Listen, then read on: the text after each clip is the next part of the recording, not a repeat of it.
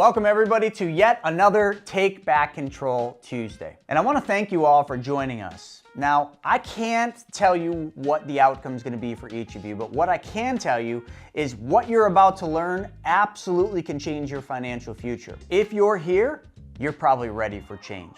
And what you're going to learn and the insights you're going to take out of this will help you get there. So if the prospect of taking back control of your money isn't enough to keep you glued to this screen right here for the next 90 minutes, then I think we really need to reassess our priorities. And tonight we have an extra special guest, Mr. Carson Herling. And you know, there's an interesting story. I met Carson through his dad. His dad's been a dear friend of mine, and his father was the first person I ever heard on stage say this. He said, the ultimate in real estate is being the bank. And now the legacy passes on, and you're gonna hear from Carson. You're gonna hear about how this has changed his life, but not just his life, his young family's life. So let me just give you a quick overview of what you're gonna learn. There's essentially three basic things you're gonna learn from tonight. Number one, you're gonna learn how to take back control of your money by being the bank. Number two, you're gonna learn how to build wealth through your own debts and expenses, and it's not gonna require you working harder, working longer, or taking on any additional risks. And number three, you're gonna learn how to get all the money back for every single car you will ever buy, drive, and own. If that's not enough to keep you here, well then, you're riding a bicycle home. All right, so that's enough from me. Let's dive in. Take back control. Tuesday?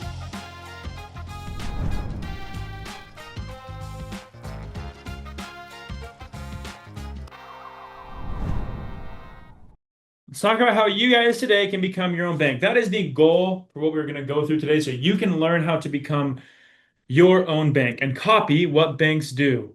So, question for you guys. Who in here owns a business? Anybody have a small business side hustle maybe, or a large company you operate? Who in here is a business owner of some sort? If you are not, that's fine. But I want you to kind of put your mindset in the perspective of a business owner. If you were to start a business, let's just say you started, I don't know, a salon or a barbershop. If you started that business, imagine where would you guys want that shop to be? How would you want the vibe to be of that shop? Who would you hire? Who would you not? What would be the style of your business? What would be your goals money-wise, and just, you know, what value you can bring to the community? If you put your head in that space of how am I going to build this? What would it look like? I then want to ask you, where would you have your closest friends and your dearest family get their haircuts and their hair done? Your place, right? You wouldn't have them go to somebody else's. You'd have them go to your place all day long. That would be weird for them to go to a competitor's. You'd give them the best treatment. What if it was a different business though? What if it was a restaurant? Would you guys have your family and friends go to eat at your restaurant or somebody else's? Or a gym? How many of you guys go to the gym? You guys ever go to the gym and see the gym owner, the business owner, not working out in his own gym? Of course they are. They're never at someone else's gym. They're at their gym. Here's the last thought. If you guys owned a bank, would you make deposits in your bank or Bank of America or Wells Fargo, these big institutions? Your bank, right? If you needed a loan for a car or a house, or you're going to rehab some property, would you go borrow the money from your bank? Heck yeah, you would. And if you borrowed from your bank, would you pay your bank back with interest too? Absolutely. You wouldn't steal from your bank, just like you wouldn't steal from your gym, your salon, your barbershop. You don't steal from your business. So why don't every single one of you guys on here today have your own bank? So this strategy is a 200-year-old concept. It's been around for a long time, and it's been used by the wealthiest families in history to protect their money, build wealth, minimize their taxation, and pass money down to their family members. So families that you know of, families like the Rothschilds, families like the Rockefellers, families like the Krocs. Do you guys know what Ray Kroc started or what he owned? McDonald's. And you know what business McDonald's is in? McDonald's is in the business of selling burgers? Kind of, but they're actually in the business, in my opinion, of real estate. And how did they start that business? Through this strategy. What about Walt Disney? When he was dead broke in the Great Depression, what did he do? How did he start this business? Through this strategy. And as of more recently, you guys know Mr. Jim Harbaugh. He's a head coach of University of Michigan football. Now he's the head coach of the Los Angeles Chargers. When he got his last deal with the university for his contract, he actually incorporated this strategy right into his contract to ensure not just himself, but his family to have wealth forever. It was pretty cool what he did. So, to start today, guys, so you guys can have a little bit of confidence in your speaker today, I want to share a tad bit of who I am. I know a lot of you know who I am already. This is my wife and I, Anna. My name's Carson Herleen. We live in Southern California. Over the past few years, I need to update these photos. I need to have our little baby on here with us. And new photos. Those look like we're so young.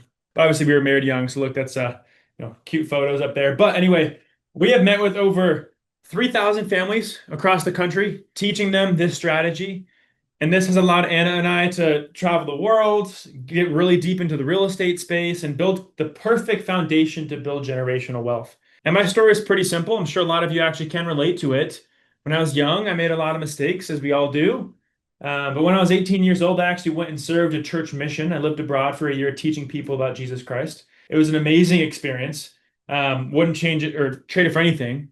But when I came home, back into real life, I was in school. I was trying to figure out what I wanted to do, my career path, meeting with different mentors.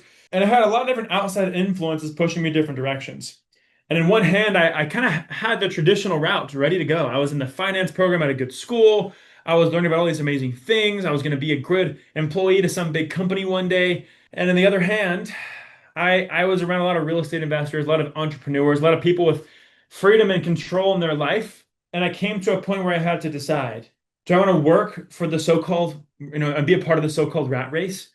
Or do I want to learn how to make money work for me? And there was that tension pulling these two things apart inside of me that I needed to make a decision. And that decision was to drop out of school and pursue an education in investing, learning how to make money work for me. And that changed the course of my life. So today, I want to share with you guys some things I discovered going through this journey. And I had a question that kept coming up in my head as I was learning about money. The first question that I want to share with you guys today is, could it be possible that there are more efficient environments to store wealth outside of commercial banks that you are not aware of? As you learn more about money, the more you realize you don't know anything about money. It's kind of a funny thing. And it becomes this never-ending journey of financial education. You guys who are here today will start that journey today. I guarantee this will spark different ideas. You'll start researching different things. You'll go down the rabbit hole of multiple strategies, just like I did. And there's always something new to learn. And so when I pose this question, I want you guys to really stop and think about it. Are there, or could there be, more efficient environments to store money outside of where we're told to put money? I hope you guys think the answer is yes, because it is. The answer is yes, of course. But the powerful question is this, because I want you to think about what you're not already thinking about. I want you to start wondering and learn things about money that you haven't been taught about money yet. And when it does come to learning about this stuff, it does take a humble, kind of a learner mentality to have. And I hope you have that throughout your life. And I'm trying to do the same because there's always something new to learn. And so there's a lot of great money books out there. I'm sure you guys have read books like Rich Dad, Poor Dad, Money Master the Game by Tony Robbins, The Richest Man in Babylon, some fantastic money books. What are we taught in all those books, guys? Laws of wealth typically is what they're trying to teach us. What's one law that everyone says? Anyone know what they all agree upon? They agree on a few things. But the main thing I want to bring up is that they agree that you should be saving 10% of your income. And pay yourself first, Shane. Yeah, you're right. Save 10% of your income, which is the same thing. Save and pay yourself first. Same thing. I hope most of you guys can at least save 10% of your income. It's hard in today's economy. The actual average American saves around 2 to 3% of their income. And it's just simply not enough. In our American culture, we don't value savings, I don't believe. We don't value the retention of dollars under our control. And there's plenty of reasons for that. But one of the reasons that I'm convinced Americans aren't saving money is because of the environments or the places that we're told to store this money. These environments, like savings accounts, high yield savings, 401ks, they're so incredibly inefficient that it's hard to save money. It's hard to put your money in these places when they don't do anything there. So what I want to talk about today is a fascinating idea called banking. What is banking, guys? Anyone have an idea? The business of protecting money. Yeah, Elvis, you're right. Middle management of money. Yeah, it's the business of protecting money. What's banking in the verb form? What's the act of banking? The act of it is protecting money, depositing money, and lending money. And banking affects every single component of your life. So wouldn't it be smart to learn a little bit about this banking in your life that you're doing with other people? So throughout this presentation, I need you guys to have an open mind, because once you see the banking world and how it actually can complement your life instead of going against you, you'll never look at money the same way again. So what is your bank? What's the bank that you are going to set up? What we need to do is figure out a bank you can set up that allows you to be the one protecting your money, depositing money, lending money, somewhere that you can control. And I started the day out by telling you guys, well, I'm going to teach you how you can become your own bank, right? Well, what if this bank you were going to set up was going to replace your current account at somebody else's bank? So anytime you ever needed to buy something or invest in something, it would come from and to your bank. So what are the attributes of a bank that you would want to have? Where would you want to store your money? And I want to compare your bank to a traditional bank. If you kept money with a traditional bank, how would that be different than your bank? And the traditional banks where you guys are all keeping money today. So what's the difference? Well, the only thing a traditional bank offers you is liquidity. It's a place to put money that's liquid. That is solely it. For you guys, your bank has to be liquid. It has to be. If it's not liquid, then you can't use it. So we don't want that. It needs to be liquid. So great, we have liquidity inside of our bank. Next, who doesn't want growth inside of their bank? Everyone does, right? The average savings account in America today is 0.07%. Sure, there's some higher, sure, there's some lower. But what if your bank was going to grow 2, 6, 5, 7%? I know I kind of went all over the place there with the numbers, but imagine growth that was uninterrupted compounding interest. That's huge. And what if it was tax-free? That would be pretty cool too, right? You get an interest check from the bank for 10 cents, you pay tax on that. What if your bank grew more tax-free? That changes the game a little bit. What if it was protected against lawsuits, judgments, liens? Your bank's not safe. You get sued, your money's gone. What about stability? During 2008 and 9, during COVID, was your bank stable? Was your bank letting you pull all your money out? They probably weren't. What if your bank was completely stable in any time of economic uncertainty? That would be pretty nice. Wouldn't this, guys, think about this. Look at this list real quick. Wouldn't this be a much more efficient place to store money? This is a place you could control, you could count on, you could use as your foundation to finance everything throughout your life. And I get it. Life's crazy. We get caught up in so many little things all the time. There's always things that pop up.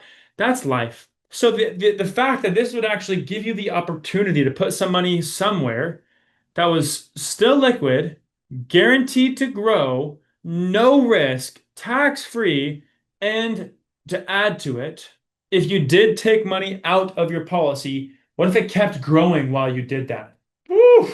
Now that's something that everybody in America should be trying to save their money in. Wouldn't you guys agree that if you could store your money in a place like this, you would? Well, there is such a place. You just haven't been taught that this is what actually it can do.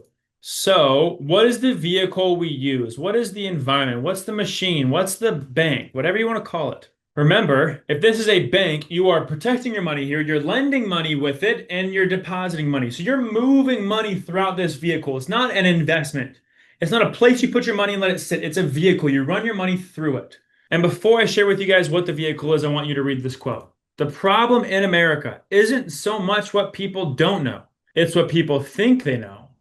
That just ain't so. So please do not judge this because you don't understand it yet. The vehicle we use is none other than a dividend-paying whole life insurance from a mutual company. How many of you guys saw that coming? Now, this is not regular life insurance. This is not the life insurance you get from State Farm down the street or your broke brother-in-law who sells life insurance. Not at all. This is a specially designed and engineered whole life policy, not the same policy Dave Ramsey and Susie Orman's crap on all day long. They say buy a term and invest the difference, right? Well, I'll agree with them, to be honest. If you were to put your money in a regular whole life with the expectations of it doing what I'm about to show you it can do, I would be very upset too. But that's not this. This is a very specially designed and engineered whole life. Just like, I'll give you an analogy, the Ford Focus. You guys ever go to a car dealership and see a Ford Focus in the dealership? Let's just call it this blue car here. You ever gone to a dealership and seen this and thought, you know, this is the car for me? You know, maybe you have, maybe you haven't. But This is just a very simple car, right? If you were to go home and look up these type of cars in racing, you can see a Ken Block. He will go 130 miles an hour drifting around a turn in this Ford Focus, not the one you previously saw. So what is the difference between that original car and this one? They're actually the same car. The difference is the design and engineering of it, but it's the same chassis. So specially designed whole life insurance, it can be really different than regular insurance. And actually, to me, it looks nothing like life insurance once you set it up. It looks more like a supercharged bank account than anything else. And some of you guys who are new here might not be believing this quite yet, but remember a few minutes ago when you said you would agree that if there was a place to put your money that had all of those benefits, you would, right? Well, that's exactly what whole life policies can be if structured correctly. You might just might not have learned how to set these up yet. Or you've been sold the wrong thing in the past. That's a big one too. So when I first learned about this, I had a lot of questions myself because I thought I knew what life insurance was. Thought it was for a death benefit, right? And a lot of people say life insurance, whole life insurance specifically, has a low rate of return. I've heard that it's expensive. I've heard it's the worst investment of all time even. I've heard that for real. And you're probably thinking, life insurance doesn't work like that. It can't be growing compounding interest. It's not liquid. It's what do you mean it's safe? Maybe those are the things you're thinking about. And that's kind of how I thought of this too. But if you're taking notes today, I want to encourage you to write this down. Please write this down. If you're going to remember nothing from today, remember this. It's that whole life insurance is not an investment. It has nothing to do with investing. Whole life insurance is considered an alternative asset class and a type of permanent insurance. And if you actually read the contract, it says it provides a guaranteed death benefit and guaranteed growth on your money. And it's guaranteed to be available to you. There is no risk. That does not mean that means it is not an investment. So when you start talking to your neighbor, your business partner, your broke brother-in-law about money stuff, and you bring up this new idea, and they start telling you, don't do the whole life thing. It's a terrible investment. I did it back in the day. It has a terrible rate of return. I stopped it. You now know that individual has no idea on earth what they're talking about because they can't even correctly identify what type of asset that it is, right? So you cannot build a policy to do this from just a regular life insurance agent or financial advisor. You can only build a policy like this from a banking professional, somebody who teaches and does this strategy specifically, which you are in luck. That's what we do. So listen to people who actually know what they're talking about. People who, and if you want to become your own bank, just do what the banks do. So when I was learning this, I read this book right here called Becoming Your Own Banker. Fantastic book. Every single one of you on here today should go buy it right now. It's on Amazon. Go do it, please. It's great. But in this book, he talks about the problem we have. He says the problem is you finance everything in life. But what does that even mean? It means you're either going to borrow money and pay interest to somebody for something, or you're going to save up money and then use your money to buy something. And then that means you're going to give up the interest you could have earned on that money. Does that make sense? So if you save money up to buy something cash, you're still saving it and spending it. And now you lose the ability to grow on your money ever again. All that money you saved up is gone. If you buy something with a loan, and like a car, and pay a payment each month, you're paying interest on that money and you're losing your cash. So no matter how you buy something, you're financing it. No matter how you do it. If it's one payment, 10 payments, 100 payments, you're financing it. And you're giving up the ability to earn on your money. All the hard work you do each month to bring your paycheck in, that money gets sent out the door and never comes back to you. It's gone. So what if there was a way to save money, earn on the money you can save, and spend it at the same time? That's what this strategy is all about. And so the problem we have is that we do all this financing with other banks, but you can do it through your own bank. That's what the policy can do and be for you. This is why you would want to become your own bank. So you can be in control of all these transactions.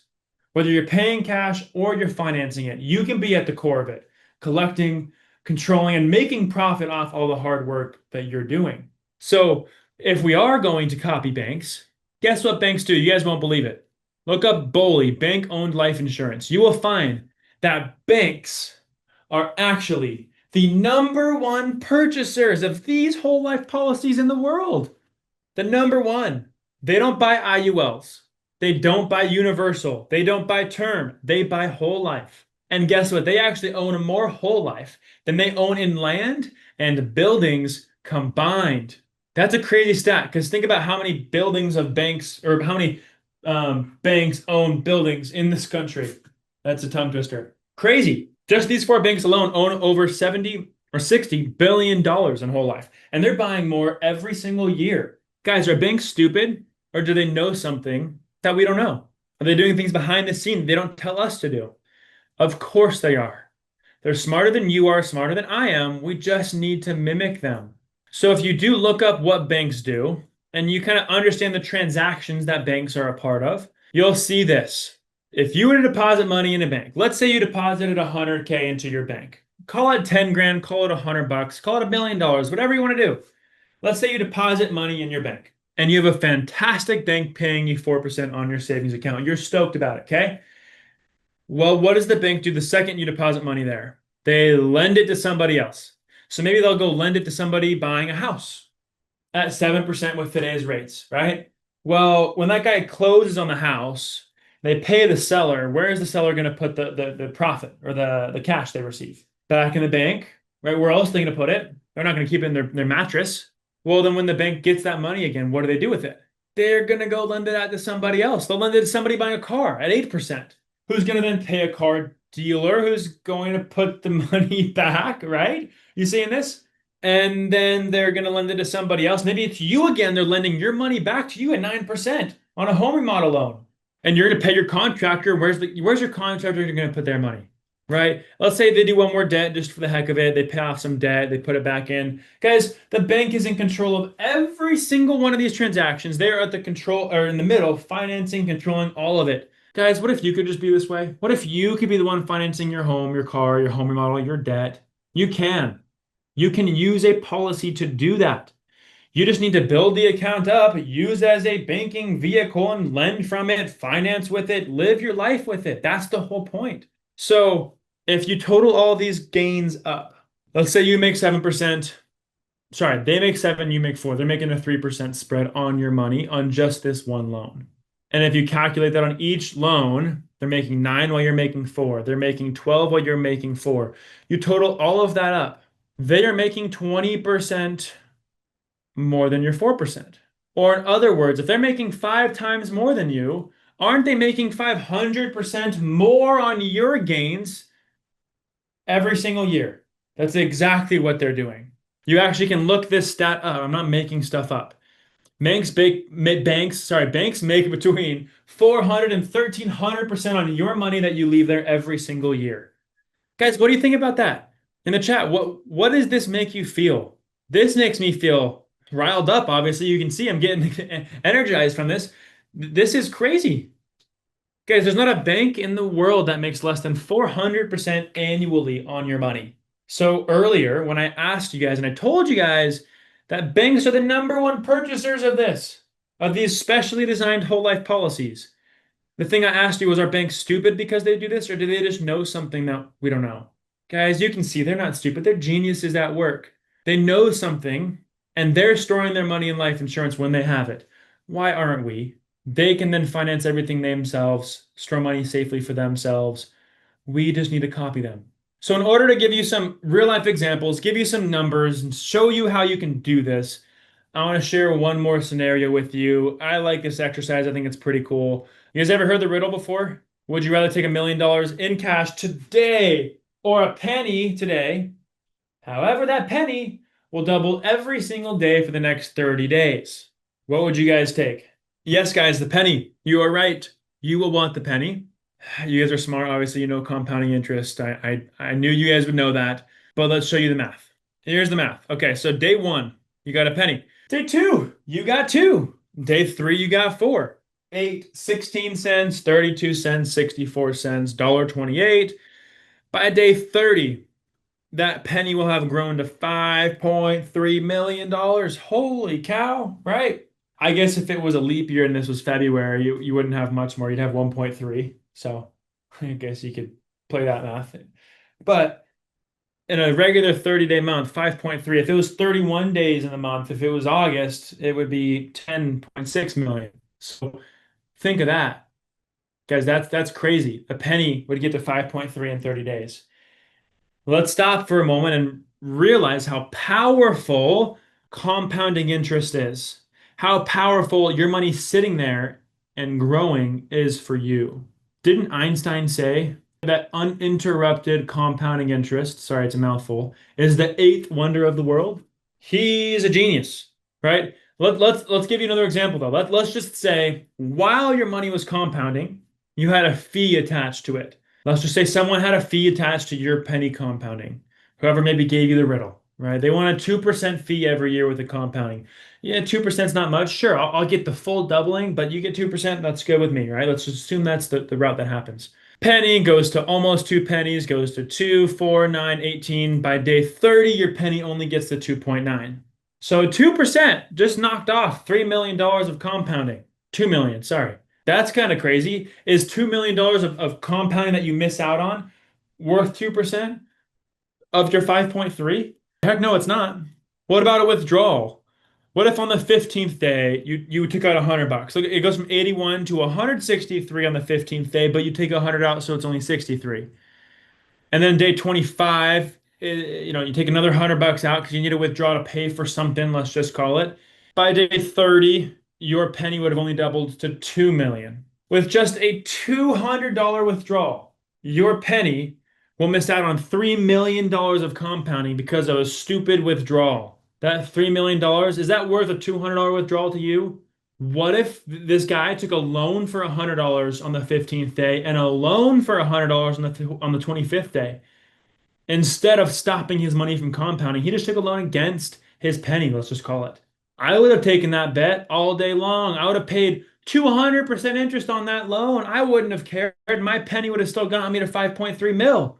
Let's take that all day, right? That'd be pretty cool. One more example here. What if there was a tax? What if you got taxed on the penny doubling? What if you had a modest 15%? I'm sure some of you guys are more, some of you are less. 15%, let's just call it. The penny would only grow to 500K.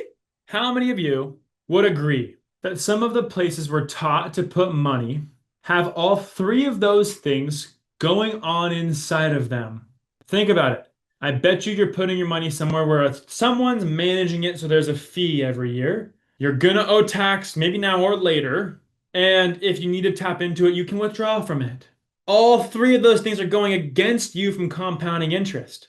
That's the reason no one's building wealth in America. No one's letting you compound money because everyone's stealing from you.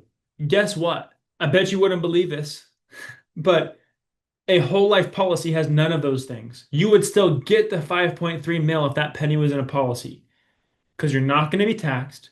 There's no fees because no one's managing your money, and you're never going to actually withdraw from your policy. You're going to take loans from your policy if you want to access the money in there. That way your money can still compound interest. Isn't that a genius plan? Right? These whole life policies can do just that. They will let your dollars sit there and compound interest forever. Guys, now that we've laid the framework, you know the power of whole life. You now see the credibility behind it. You now know how banks operate and why.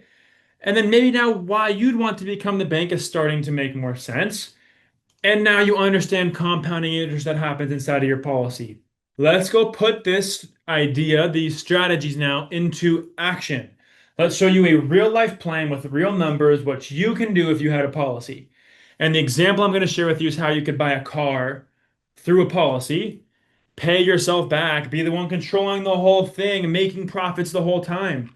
A car is just an easy example, guys, but this could be a motorcycle, a house, a real estate deal, an investment, a debt, whatever you want. Go for it. Your imagination's all yours, but you want to finance something through your policy. Here's an example. I got here a policy on the right side. Do not spend time looking at it. I will break it down for you in literally 10 seconds. Just give me a second. I want to show you a couple things first. So this policy is a machine. It's a place you're running your money through, right? It's not an investment that you're putting money in and just letting it sit forever. You're lending it, you're financing things with it, you're being the bank. So in that scenario, when you look at your premiums in life insurance, a lot of the time people look at premium and say, oh, that's an expense. I hate premiums. I hate bills. I don't want that. I want the smallest premium possible. Change your thinking right now. That's not at all how we're going to look at this. You have the ability to put money into an account that's liquid, right? And growing. How many of you guys go and put money in your savings account and think, I want to put the least amount in here as possible? I guarantee you've never thought that. You're trying to think, how can I save as much and deposit as much as possible in this savings account? Because it's liquid. Well, if what you put in the policy is still liquid, if we design it right, then that's how your mindset should be. You should be looking at these premiums as more of a deposit and trying to think, how can I save as much as humanly possible in here? That's the mindset to have. And you might be thinking, oh, I need a ton of money to do this strategy, right? Like the banks and these wealthy families. How do I do this? Well, the example I'm going to share with you is somebody putting aside 10 grand a year. They're making 100 a year. So that's 10% of their income. So they were just saving 10% of their cash. You guys can all do the same. If that's 400 a month, if that's 4 grand a month, if that's whatever number you want. Okay. So you do not have to be rich to do this. And maybe you're thinking, oh, I'm too old to do this. Well, I guarantee you, not guarantee, I bet you're not. We have clients setting up policies in their late 60s and putting policies on their brand new babies, like I'm about to do on my baby. So it does not matter your age. The reason the age doesn't matter is because if I put $1 into a policy and my grandma puts $1 into a policy, it's still $1. Her dollar is not worth less because she's old. It's just the death benefit that dollar buys might be different, but we're not buying the policy for the death benefit. We're buying the policy for the ability to save money, grow on your money, bank with your money, and anyone can do that of any age. So it doesn't matter how old you are either. And the last thing I'll mention is the death benefit. Some people look at this and say, or some people look at this and they're looking at the death benefit as something they may want, which maybe we build a policy to have a bigger death benefit for you, but we do not care about the death benefit as much when we're designing this because we want to build a policy for banking with the lowest costs, the highest cash value, the most growth, so we can use it as a bank. Now, there is a death benefit on it, so that's a whole other conversation in itself. You will be protected inside of your policy, but just something to remember. Now, here is the example. So this individual saved 10 grand a year in their policy. That is their deposits. On the right side over there, you see cash value. Cash value is what they have access to use, what's liquid inside of their insurance policy. So there you go. That's 6 grand in year number 1, 12 grand in year number 2, and then in year number 3, the cash value inside of the policy decreases because I want to show you taking out a loan from your policy to buy a car. So just to sum this up real quick so you can follow along, you put in 10 grand a year for 3 years. 3 years in, you've built up cash value that you took a loan against to go buy a car. You took a loan against your policy while your money sat in there and grew. You went and bought a car cash, and now you're going to pay your bank back. You just financed it yourself. If you're going to pay your bank back, you don't want to pay them what the average banks are charging nowadays. And so call it $500 a month for a 25 grand loan. $500 a month, 6 grand a year, 60 months is the typical car note. There you go. Let's just pay yourself back what you were paying somebody else. We'll make it super easy for you. If you total those up, he put in 70K in premiums. He put in 30K to repay his loan, so repay himself. He put it back in the policy. He took out 25 to buy the car. So he put in about 100. He took out 25. So his net injection into this policy is 75K. So he put in 75 and look at his cash value. The cash value is 67,881 in the 7th year. That means he has access to 91% of what he put into the policy. He put in 75, has access to 91% of it. That's 67K. And he has a car in the driveway worth 25. So he made money back off of buying the car because all of his premiums in his policy were earning interest and growing while he took a loan from himself and paid himself back. So now he was the one financing this car, paying himself back, and he made money off of doing it. The money he made, the bank would have made if he got a loan from them. Year 8 comes around of this policy. He decides, I'm not going to pay any more into it, which, just so you know, you do not have to put more money into the policy after 7 years in most scenarios. So he decides to not pay anymore. He got to retirement. He had no more money he could save because he had lower income. He chose not to do any more premiums. But his policy's still intact. He still has cash value growing every year. So he decides to take out another loan to buy a second car for his wife, we'll just call it this time. Takes 25K out as a loan, pays himself back $500 a month, just like paying anybody else. So over that new 5-year period, year 8 to 12, he paid himself back 30 grand. He put zero in premiums and he took out 25. So he put in, we'll call it 5K. So he put in 5 grand into this policy over the next few years. And if you look at his cash value increased from 67,000 to 91. His cash value grew by $23,000 and he put in just 5 grand. So think about that. He put in 5, grew 23, and has a car. Holy cow, how do I get myself one of them? Right? Maybe that's what you're thinking. That's pretty cool. If you look over the whole 12-year period, 12 years in, he has 91K in cash value.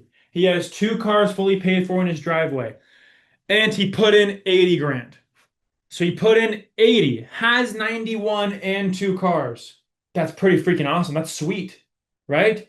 Now there's 3 rules you want to abide by if you're going to make this strategy work for you. Rule number 1 is pay yourself first. If you are not saving money and putting it in your bank first every single month, every single year, you're not going to execute as effectively as you can with this. So pay yourself first.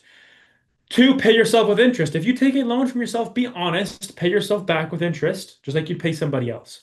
And rule number 3, recycle and recapture your money. Wouldn't you guys agree that it would make sense to pay yourself the interest and paying the bank so you can have that interest back in your pocket instead of someone else's, right? So 3 rules: pay yourself first, pay yourself with interest, recycle and recapture your money. Guys, if this works for a car, what else does it work for? You just saw the example. What if I took 25K out to go buy a freaking rental that produced income? I bought a vacation. Like, whatever you want to do, you can run through your policy in that exact same way. I want to show you a couple other examples now before we wrap up and get into your questions. So start prepping some questions in your head here. So what if it was a debt? What if instead of having a car to purchase, you had a debt, okay? Let's say you had a $23,000 line of credit, all right, at 9%. Well, what you could do is take 23 grand out of your policy. Now, that means you would have had to have built it up. So let's say the same example as before, you put in 10 grand a year, 3 years in, you have a ton of cash value. You take 23 out as a loan and go pay off your debt. Well, now how are you going to pay yourself back? It was a debt. It wasn't like a car payment. It was a debt. Well, if you bought, you got a line of credit at 9% for 23 grand, they'll say that payment was 289 a month. If it was 289 a month, guess what you're going to do when you no longer have to make that payment each month because you paid off the line of credit? Just treat your money the same way that you treat the bank's money.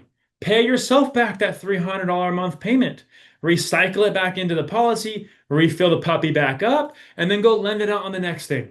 Guys, you see this? It's just a circle of how your money moves. It goes from the left over to the right to go work for you doing something, paying off a debt, buying a vehicle, investing in something, and then you use all the returns and the cash flow to refill it. It's just a cycle of money moving through your system. That's all it is. So what if it was not a debt? What if it was an investment? What if you're making 12% on a lending investment opportunity, and then you use the income to refill it? Now you have investments creating income, your policies earning while you do this, and you have a death benefit. Or the alternative option for you doing this is you just invest directly in the investment and you make the simple return, and that is it. So why wouldn't you run your investments through a policy? It could grow more. It could have multiple things growing at the same time. You could be protected. You could have a death benefit. You are the one financing everything. You're in control. You are the circle of money. Now, I'm not implying that you're never going to talk to Wells Fargo or Chase again. No, you will still have a bank account, but it's just a checking account. You leave a little bit of money in there to pay your bills each month, and that is it. Everything else that you could save or invest, run through your bank, run through your policy so it's safe, and then use it to go do awesome, awesome things to build your family wealth. Guys, 2 things are going to happen to you guys throughout your life. One's happening right now. Right now, you are alive, right? Are you better off with this than without while you are alive? 100%. I just showed you multiple ways you can leverage this while you're alive. And what happens when you do pass away? Guys, there is a death benefit. So you are protecting yourself, protecting your family inside of your bank. Your family is much better off if you have this than not. You can sleep better at night as well. These things provide value to your life that aren't monetary, that still are reasons on why you should set up a policy like this. And I want to mention that what our company does is we teach people how to implement this strategy. We help set up these policies to help you go to the right companies to build it the right way to do this. We do not charge anything because we're paid from insurance companies for the business that we bring them. It's an awesome deal we have. We're paid from them, so you can set this up for free. You can build it, use it with the insurance company, and we're here as a third party to help you do it right. Who of you wish you knew this when you were my age? How many of you wish your kids would learn this now and you could teach them while they're young adults or they're teenagers? Don't you wish your parents started this for you when you guys were younger? Guys, we covered a lot today. We talked about how banks profit from your money. So let's change that. Let's be the bank. You now know you don't need to be rich to do things like this. Anyone can do it just with the right tools. And with inflation, with market uncertainty, with the craziness of life, family banking gives you the complete financial control. So guys, if you want to have certainty and control over your money throughout the rest of your life, no matter how young or old, no matter how rich or poor, you absolutely need to set up a banking policy. Maybe this is something small you set up and you learn the system and then you add more as time goes on because you can always get more policies. You can always insure your family members. So let's take a step forward and learn how you can build a family banking system for yourself.